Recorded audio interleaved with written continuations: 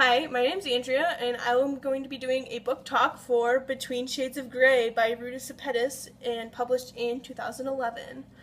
I chose this book because I've read the author's other book, Out of the Easy, and I really enjoyed it, so I thought, hey, I know this author, why don't I try her other book?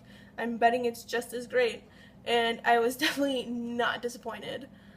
So I listened to the audiobook, and I would definitely recommend or encourage you to read that one because then you get to learn how all the names are pronounced, and you get to learn a little bit of Russian in this book. So now you'll know how to pronounce it and say cool things like "davai," which means hurry.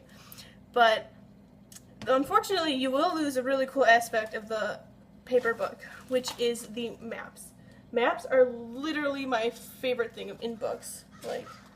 I love maps. I just love to look at them because they're beautiful, and I like to look at where the character is going. And in this one, it's especially nice because Lena goes on this journey from Lithuania, which is all the way over up here, through Russia and Siberia, all the way over here up to the Arctic Circle. So she goes like 6,000 miles. It's kind of insane, but this book and the maps are super cool. So this book is about Lena, who I just mentioned, and she's a young Lithuanian girl preparing for art school. But it's 1941, and so the Soviet nation has just annexed Lithuania, Latvia, and Estonia in their non-aggression pact with Hitler, and Stalin is beginning his mass genocide plan, and that includes deporting anybody who could be a spy or related to them, so families, children's, cousins, basically a lot of people, you name it, he's gonna get rid of them.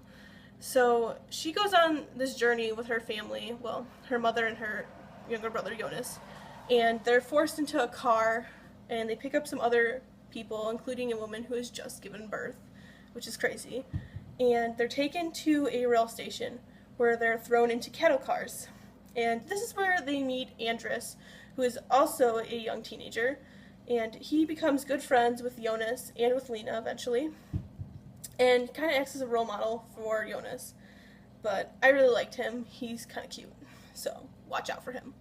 Um, but so on their journey, after they spend a long time in these train cars, they are finally let off at a labor camp, and they're forced to be laborers basically, and they have to dig graves and be buried in them and dig for food and try to survive the Russian winter, and it's a lot of rough things that I probably would not survive. I don't know, maybe, probably not, but it's just amazing because all these characters, they have such a will to live, and Lena is determined to find her father, and she is going to draw on her handkerchief, on anything she can find, and she's going to pass this drawing along so that her father can eventually come and find them.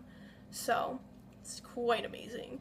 But this story is about survival, strength, hope, and overall it's about love. And it's not just about romantic love, though there is a small little bit of it, just in case you wanted to know. But it's like the love of family, the love of friends, your country, anything that will give a character that little extra spark of hope to cling on to life and give them that will to live.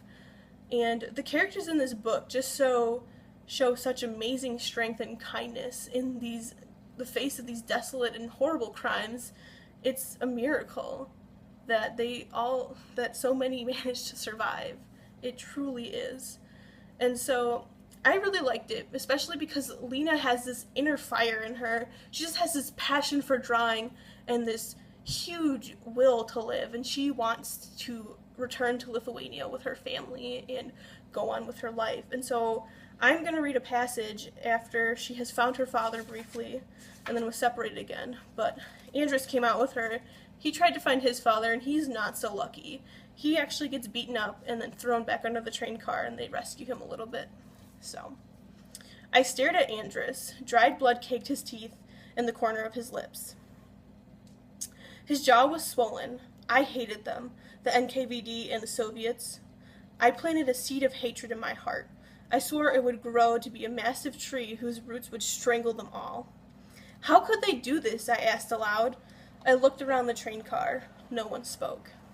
How could we stand up for ourselves if everyone cowered in fear and refused to speak? I had to speak. I'd write everything down, draw it all. I would help Papa find us. So overall, I gave this book a 4.5 out of 5 stars. And I would recommend this book for both history or English classrooms, or even if you have a mix of both. It could definitely be suitable. And the first reason I recommend this is because this is not talked about a lot in history classes. We mainly focus on the Western Front and what Hitler did, but we don't talk about Stalin and how he killed all these people and sent them into Siberia.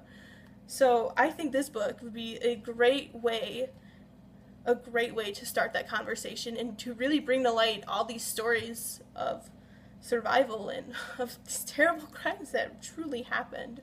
So the second reason I would recommend it is because the writing is so easy to understand. This book has a 490 Lexile level, which is between a 3rd and 4th grade reading level. So it would be really good for reluctant readers or people who are struggling to read. I think it's easy to understand because Lena is such a kind narrator. She's intelligent, she's funny, though she doesn't really like any of the Russians, but she's still a great narrator, and I really enjoyed reading her story. And then lastly, the third reason I would recommend this is that this story is about hope and strength. Like, it's sad, but it's not all doom and gloom. Truly, it's an inspiring book to see all that Lena goes through, and she still possesses this huge will to live, and she just wants to go back to Lithuania and begin her life and draw and be happy and be with her family, and it's amazing. So I hope I piqued your interest, but definitely check out this book. Super good. Between Shades of Grey, Ruta Sepetys. There you go.